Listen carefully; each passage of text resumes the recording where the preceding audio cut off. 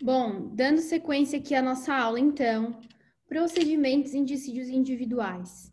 Agora nós começamos também a ver quais são os ritos na Justiça do Trabalho, no processo do trabalho. Vamos lá. Na Justiça do Trabalho, nós temos 3 ritos, tá? O sumário, o sumaríssimo e o ordinário. Diferentemente lá na Justiça Estadual do processo civil, no processo do trabalho, os ritos a gente não escolhe. Eu não escolho ingressar com uma ação em um dos ritos, como, por exemplo, eu posso escolher no juizado, né? Eu não escolho, eu constato. E como que eu constato que essa causa ela vai tramitar, essa ação vai tramitar pelo sumário, sumaríssimo ou pelo ordinário? Por causa do valor da causa. Então, o que vai definir o rito, o procedimento de tramitação dessa ação trabalhista vai ser o valor da causa. E como eu chego ao valor da causa? Através da liquidação dos pedidos. Então, numa reclamação trabalhista, eu preciso liquidar todos os pedidos para chegar, enfim, à consciência, a identificar qual é o rito em que eu vou precisar protocolar essa ação. Em que rito ela vai tramitar.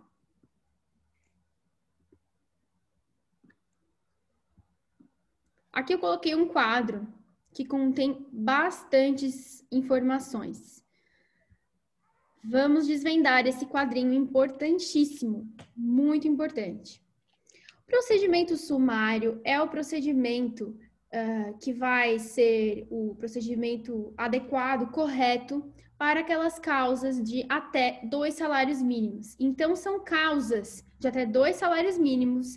Raramente, tá? Isso vai acontecer, mas existe esse rito, ele já está em bastante desuso, porque acaba tendo incidência de multa, que naturalmente eleva o valor da causa para além de 2 salários mínimos, né? Então, procedimento sumário, até 2 salários mínimos. No procedimento sumário, ele é um procedimento de causas de única instância, ou seja, não há recurso. Não há recurso, só vai haver recurso em caso de violação literal à Constituição Federal. Ou seja, em caso de uma violação muito esdrúxula mesmo na decisão, para caber recurso no procedimento sumário, tá? Apenas por violação à Constituição Federal. Então, é um procedimento bem em desuso, inclusive está tão em desuso que nem mesmo está no edital do exame da ordem para ser estudada. Então, no edital do exame da ordem consta somente o sumaríssimo e o ordinário para objeto de estudo, né? O procedimento sumaríssimo vai servir para aquelas causas que tiverem, que o valor da causa for de 2 a 40 salários mínimos, tá? De 2 a 40 salários mínimos. Isso está previsto no artigo 852 da CLT. E aí é o seguinte, gente, nós sabemos que é possível ter ações plurimas. O que são ações plurimas? São ações que vão possuir mais de um autor. Então, uma ação plurima é mais de um autor na mesma reclamação trabalhista. Então, quando eu tenho mais de um autor na mesma reclamação trabalhista, como eu vou saber se essa ação vai tramitar pelo sumaríssimo ou pelo ordinário? Eu vou somar, liquidar os pedidos de cada autor e vou somar. E aí, eu vou chegar a um valor. Se eu somar o pedido de todos os autores daquela reclamação, daquela inicial, e ficar até 40 salários mínimos, vai tramitar pelo sumaríssimo. Se ultrapassar 40 salários mínimos, aí vai tramitar pelo procedimento ou pelo rito ordinário. Qual é a grande diferença entre o sumaríssimo e o ordinário? Nós vamos ver todas elas agora, mas a grande diferença é que o sumaríssimo ele é um procedimento mais curto e o ordinário é um procedimento um pouquinho mais longo, tá? No procedimento sumaríssimo, então, por ser um procedimento mais curto, só vai ter abrangência para dissídios individuais. Somente dissídios individuais vão tramitar no sumaríssimo. O que é um dissídio coletivo, gente? Dissídio coletivo são causas em que vai estar ali em debate questões referentes ao direito coletivo. Por exemplo, uma situação de greve, paralisação de trabalho por conta de greve, de suspensão do trabalho, representação de sindicatos, essas questões que vão envolver entidades coletivas, isso é processo coletivo. Agora, sempre que eu tiver um reclamante, ou 3, ou mais de um reclamante ingressando contra uma empresa, pedindo verbas, discutindo relação de trabalho, isso é um dissídio individual. Nos dissídios individuais, eles vão tramitar pelo sumaríssimo se estiverem entre 2 e 40 salários mínimos, tá? Pode ser que seja um dissídio individual acima de 40 salários mínimos. Daí olha ali no quadrinho aqui, ó. Ficou dissídio individual e coletivo. Vocês veem o meu mouse? Ah, então melhor. Então tá aqui individual e coletivo. No sumaríssimo, por ser mais rápido, o número de testemunhas é diferente do ordinário. Então, no sumaríssimo, nós vamos ter que cada parte terá direito a 2 testemunhas. Enquanto no ordinário, cada parte terá direito a até 3 testemunhas. Depois nós vamos ver na aula que nós vamos falar da audiência, nós vamos ter uma aula só sobre provas, e aí eu vou trabalhar com vocês toda a questão referente às testemunhas, tá? Eu tô colocando só as diferenças principais entre um procedimento e o outro. Os requisitos da petição inicial são os mesmos, tanto para o sumaríssimo quanto do ordinário, que está no artigo 840, do parágrafo 1º. Sendo escrita, a reclamação deverá conter a designação do juízo. O que é isso? É um endereçamento, né? Endereçamento, qualificação das partes, breve exposição dos fatos. O pessoal chega no estágio trabalhista, acostumado com civil, né? Escrevendo. Vocês já estão fazendo o estágio civil? Vai ser depois, né? Ah, tá. Vai ser ainda. O civil Vamos começar agora. Não, a gente está fazendo agora. Quer dizer, eu, né? Ah, tá. Eu também.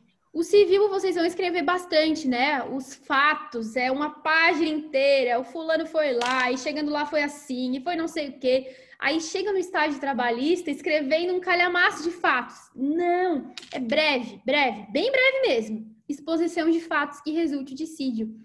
Por que é breve, gente? Por que não precisa especificar tão bem os fatos? Por que será? E os postulandi? Tudo é mais simplificado, porque vai que a parte está sem advogado, né? Então, não se exige tanto rigor no processo do trabalho, nas petições, uma escrita tão robusta por conta disso, porque as próprias partes podem estar ali sem representação de advogado, né? Então, breve exposição de fatos, pedido que deverá ser certo, determinado e com indicação do valor. Tem que ser líquido. Ah, com valor a ser atribuído por Vossa Excelência. Não. Se eu estou pedindo hora extra, eu tenho que colocar o valor total que vai dar. A projeção, né? Se eu estou pedindo adicional noturno, eu tenho que botar entre parênteses o valor. Então, todos os pedidos têm que ir com o valor do lado. Não basta só dar um valor para a causa. Então, tem que ter pedidos. Os pedidos têm que ser todos certos, determinados e com indicação do valor. Data e assinatura do reclamante ou de seu representante. Esses requisitos estão em comum tanto para o sumaríssimo quanto para o procedimento ordinário. Requisitos especiais para a reclamação no procedimento sumaríssimo. Precisa ter a correta indicação do nome e endereço do reclamado. Enquanto no ordinário é possível notificação por edital. O que acontece, gente? Notificação é a citação, né? Mas no processo do trabalho nós chamamos de notificação. Então, a notificação para a parte contrária de que ela está sendo processada, então o reclamante entra com uma ação, essa empresa vai ser notificada dessa ação trabalhista para que possa contestar, comparecer em audiência, enfim. Nessa reclamação trabalhista, se for pelo procedimento sumaríssimo, eu preciso que contenha ali, é preciso que tenha exatamente a indicação correta do nome e do endereço do reclamado. Vamos abrir o artigo 852-B. B.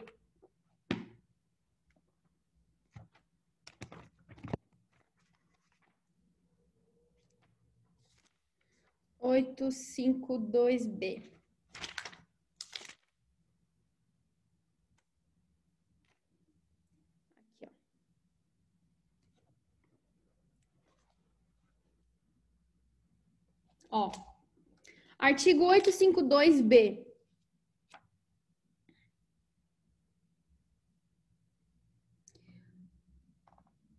reclamações enquadradas no procedimento sumaríssimo, o pedido deve ser certo ou determinado e indicará o valor correspondente. Não se fará citação por edital, incumbindo ao autor a correta indicação do nome, tá muito escuro aqui, indicação do nome e endereço do reclamado. E depois nós temos ali, ó, o não atendimento dos incisos 1 e 2 desse artigo importará no arquivamento da reclamação e condenação de custas sobre o valor da causa. O que vai acontecer, gente? Não tem citação por edital no procedimento sumaríssimo. Isso significa que, se a gente não indicar corretamente o nome e o endereço do reclamado, essa ação vai ser arquivada. Não tem citação por edital. Por isso que precisa indicar corretamente o endereço. Já no ordinário, que é um procedimento mais longo, caso não seja localizado o réu, o reclamado, aí sim far-se-á a citação por edital, no caso de não localizá-lo, né? No endereço que consta nos órgãos oficiais. Então, tem que ter a indicação correta. Mas isso é uma restrição, uma exigência apenas para o sumaríssimo. Se não estiverem presentes os requisitos da petição inicial, arquiva o processo sem resolução do mérito. Prazo de 15 dias para proferir sentença. Isso somente no sumaríssimo, conforme artigo 852-B. Tá? Deixa eu passar aqui. Que não estava aparecendo o quadro inteiro, por isso que eu diminuí o zoom. Então, gente, aqui, ó. Recapitulando, tá? Sumaríssimo, trâmite mais rápido. Ordinário, trâmite mais longo. Principais características do sumaríssimo. Valor da causa, 2 a 40 salários mínimos vai ser sumaríssimo. Se for ação plurima, como que eu chego no valor da causa? Eu somo todos os pedidos de todos os autores e chego num valor. Aí eu vou saber se vai ser sumaríssimo ou se vai tramitar pelo ordinário. Dissídio coletivo, pode tramitar no sumaríssimo? Não, só no ordinário. O sumaríssimo é apenas para dissídios individuais. Ah, faltou falar aqui, né? Não abrange seletistas. Então, lembram que eu falei que compete à Justiça do Trabalho julgar ações controvérsias da relação de trabalho de seletista? Até dei o exemplo da professora que é contratada pelo município, pela CLT, por contrato de trabalho temporário, mas que não é funcionária pública. Esse seletista, se ele for entrar com uma ação trabalhista na Justiça do Trabalho, não vai poder tramitar no procedimento sumaríssimo, vai ser no ordinário, certo? Porque o sumaríssimo não abrange a administração pública. Entenderam esse ponto?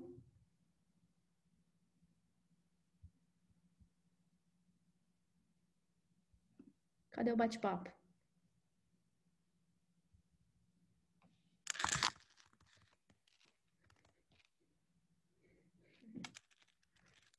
Então tá. Seletistas vai tramitar então pelo ordinário. Requisitos da petição inicial em comum.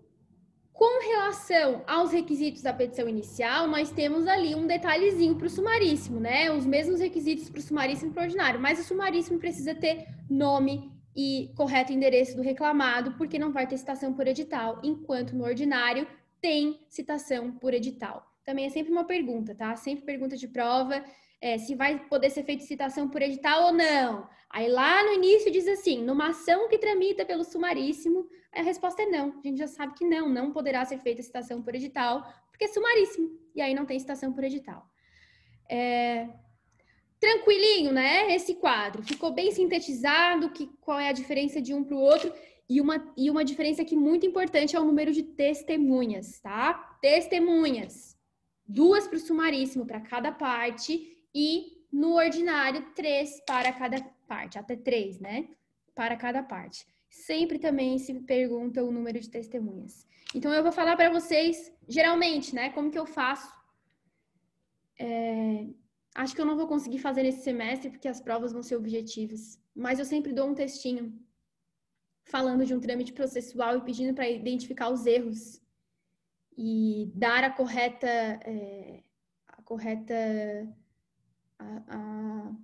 a resolução, né? Por que está errado, justificar. E aí eu sempre coloco que num procedimento sumaríssimo, de tantos salários mínimos, e aí já está errado, porque é só até 40. Falo também que era seletista e não poderia ser seletista. Então, eu sempre faço para identificar os erros, porém, eu acho que não vai ser possível, porque as provas serão objetivas. Boa ideia. Vou valer uma... Vocês vão fazendo todas as provas com consulta a tudo e a todos. E ainda vou dar um ponto extra. Mas uma atividade seria legal. Eu posso transformar, com certeza, em atividade. Legal, então. É verdade, né, Nath? Mas vamos lá. Chegou o esperado momento, gente. Esperado momento de todo acadêmico em disciplina de processo. Ver a linha do tempo processual. Então, está aqui a nossa linha do tempo processual do direito processual do trabalho. Artigo 852-A, parágrafo 1º. É parágrafo único, tá? Parágrafo único. Linha do tempo no processo. Opa. Ué.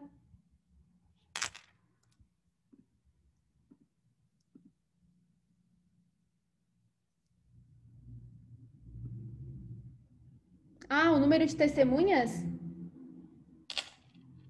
Deixa eu ver se eu tenho aqui.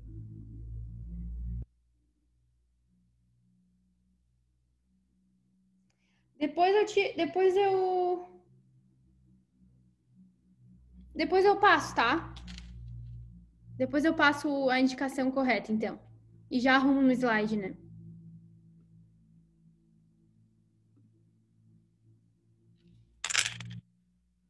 Deixa eu fechar aqui.